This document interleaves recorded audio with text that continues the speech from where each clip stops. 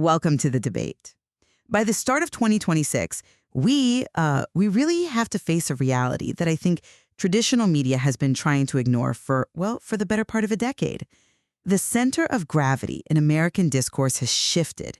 It's moved from the news desks in New York and the editorial boards in Washington to a windowless, red-lit studio in Austin, Texas. We are, of course, talking about Joe Rogan.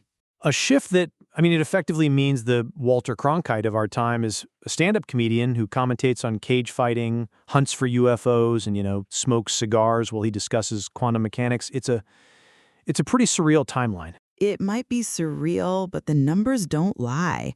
We're looking at a broadcaster who renewed his deal with Spotify in 2024 for an estimated $250 million, a figure that frankly rivals the GDP of some small nations.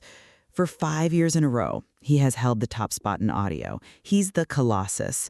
You just can't talk about the media landscape without acknowledging he's the biggest mountain in the range. He is a colossus, absolutely. But the question we really need to answer today is whether that colossus is holding up the sky or is he blocking out the sun?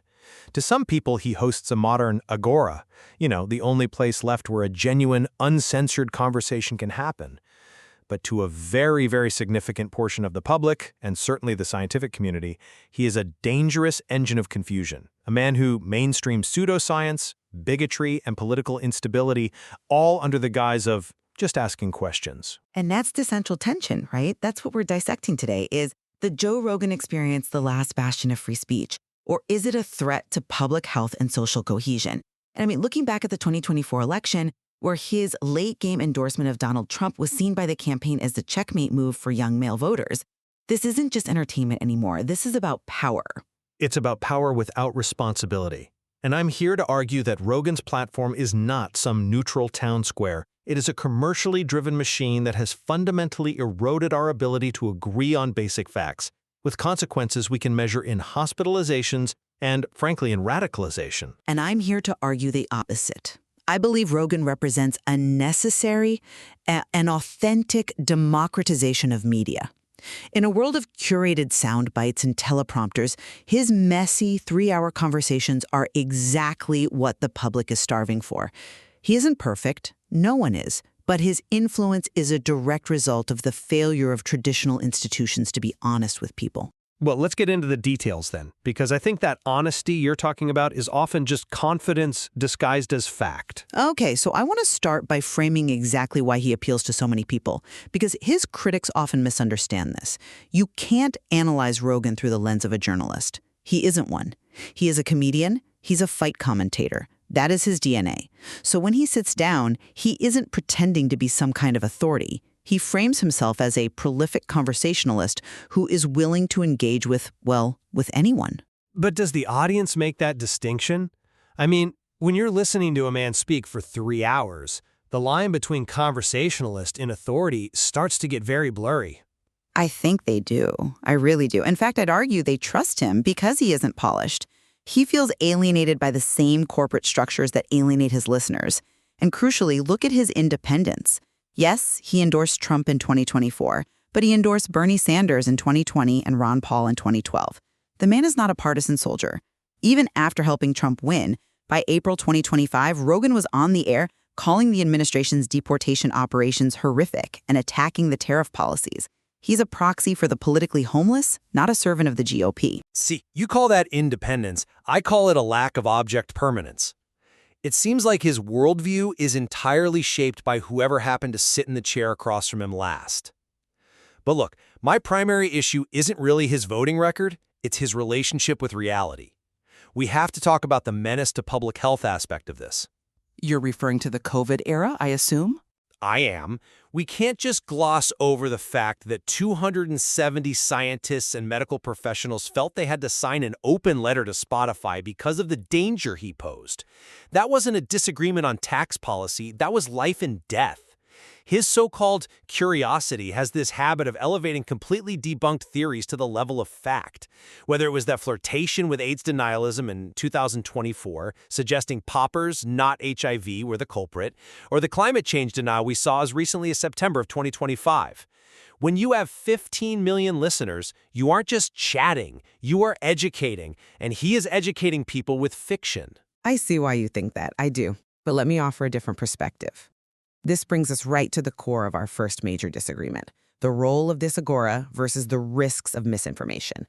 You mentioned the doctor's letter. Okay. But we have to look at the vindication he received in January 2025, that interview with Mark Zuckerberg. That was a watershed moment. It was certainly a viral moment, but I'm not so sure I'd call it vindication. It was absolutely vindication. Zuckerberg explicitly alleged that the Biden administration had pressured Facebook to censor content about COVID vaccine side effects and even, humor and satire about the pandemic. That interview proved that Rogan's skepticism, the very thing he was being vilified for, was responding to a genuine confirmed suppression of information. He was the only major platform asking, wait a minute, why can't we talk about this? I'm sorry, I just don't buy that. And let me tell you why. Zuckerberg admitting that there was pressure on moderation policies does not retroactively turn ivermectin into a miracle cure.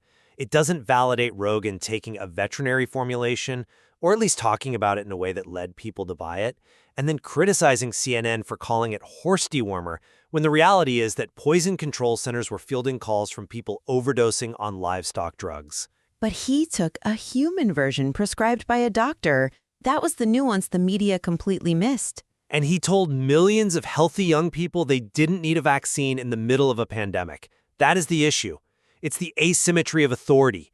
He uses the defense, I'm a moron, don't listen to me, but then he offers specific medical advice from a position of trusted intimacy with his listener. He does call himself a moron constantly, and I think that humility is key. He tells the audience, do not use me as a primary source. And unlike, say, a cable news anchor who never apologizes or admits they're wrong, Rogan corrects his course. Remember when Anthony Fauci criticized his comments on young people?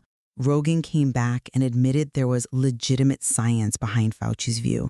He processes information in real time. He isn't dogmatic. He's learning alongside his audience. But is he learning, or is he just drifting into darker and darker waters? Let's look at that February 2024 episode with Brett Weinstein. This was well past the height of the pandemic, so you can't blame the fog of war. They engaged in this long discussion promoting the idea that AZT, the antiviral drug that saved millions of lives in the 90s, actually killed AIDS patients faster than the virus. They resurrected the party drugs cause AIDS theory. This is 1980s-era denialism that was debunked by scientific consensus decades ago. The American Foundation for AIDS Research had to put out a statement correcting it. That isn't processing information. That's actively confusing the public on settled science. I would frame that conversation differently. They were exploring alternative histories of medical intervention. Science advances by challenging consensus. If we silence the people asking, what if we got it wrong, we just stop progressing. Rogan provides the space to ask those dangerous questions. Science advances by peer review and data, not by speculating on a podcast that poppers cause immunodeficiency. And just look at how he handles it when he's caught. Take the climate change incident in September 2025. The Jessica Tierney chart? Right? Exactly. He pulls up a chart by paleoclimatologist Jessica Tierney and uses it to suggest the Earth is actually cooling, or that the warming is negligible. Tierney herself had to come out and explicitly state that he was misinterpreting her work to claim the exact opposite of what the data showed. By the time that correction is made, the clip has been seen 10 million times on TikTok. But the correction was made. The scientific community responded. That is the system working. It's better to have these conversations out in the open where they can be refuted, rather than simmering in dark corners of the internet. Rogan brings these ideas into the light. Sometimes they wither, sometimes they don't. But he trusts his audience to discern the truth. I think that gives the audience a level of scrutiny that simply doesn't exist when you're, driving to work listening to a charismatic host. It's a fire hose of confusion. But let's pivot to the political impact, because by 2026, we can't pretend he's just a guy talking about chimps and DMT anymore. Agreed. His influence is undeniable. You mentioned he's politically homeless. I see him as a kingmaker who doesn't understand the kingdom. The 2024 Trump endorsement was a huge moment. The Trump campaign believed it was the decisive factor in mobilizing young men. He tipped the scale. It was massive. But we have to look at why he did it. He explicitly said Elon Musk made the most compelling case for Trump.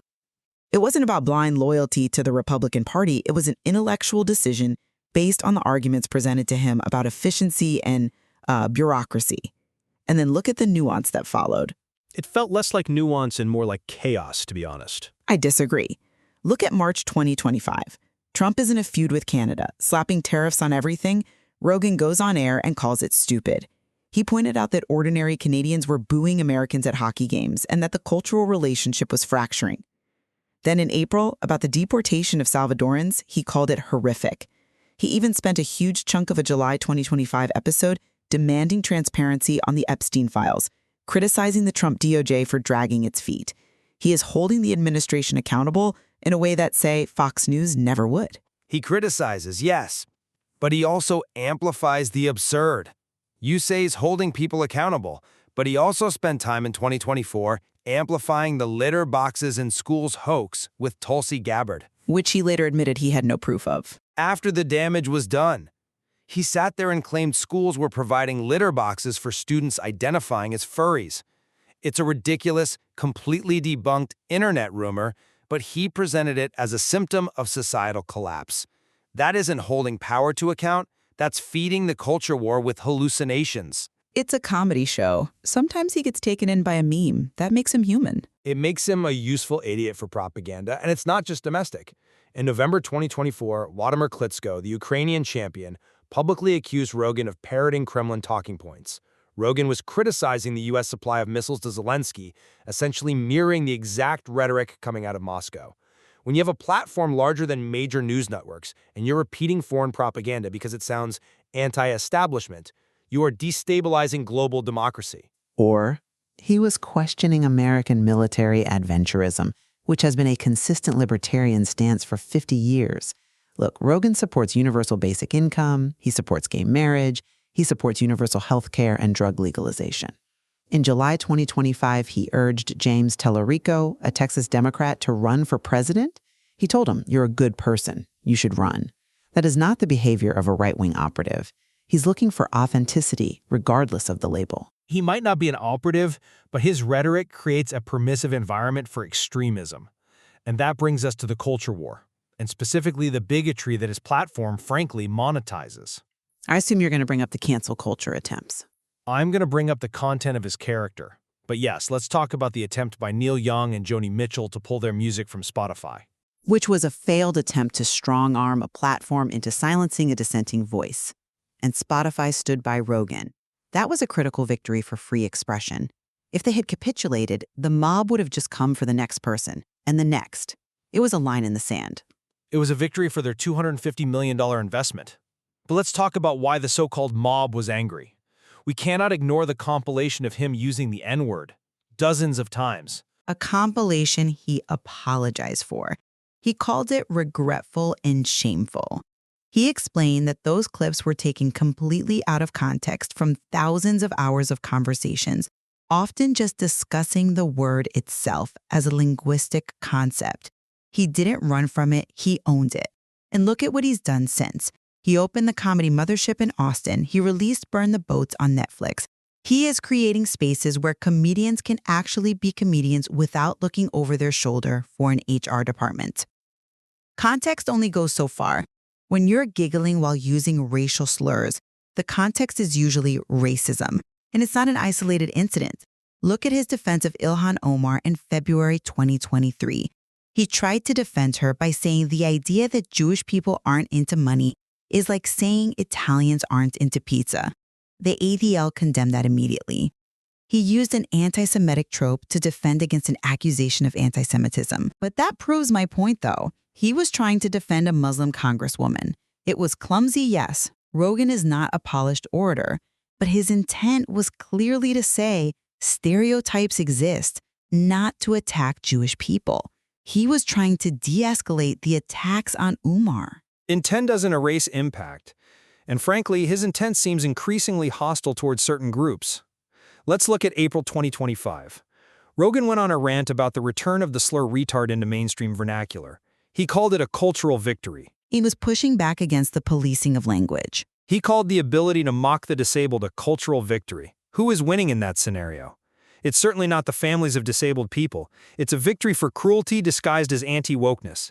And we haven't even touched on his obsession with the trans community. He has stated clearly, I believe in trans people, and that he supports adults doing whatever they want with their bodies. While simultaneously claiming that trans swimmer Leah Thomas is the straw that breaks society's camel's back. While attacking Fallon Fox by screaming, "You're a man," into the microphone. You cannot claim to support a community while relentlessly invalidating their existence to an audience of millions of young men. He punches down constantly and then hides behind the shield of, "I'm just a comedian." I see a man who refuses to ignore biological reality for the sake of politeness. He is vocal about fairness in sports, a view shared by a majority of Americans who are terrified to speak up because they'll be labeled bigots. Rogan is the pressure valve. His popularity proves that millions of people are tired of walking on eggshells.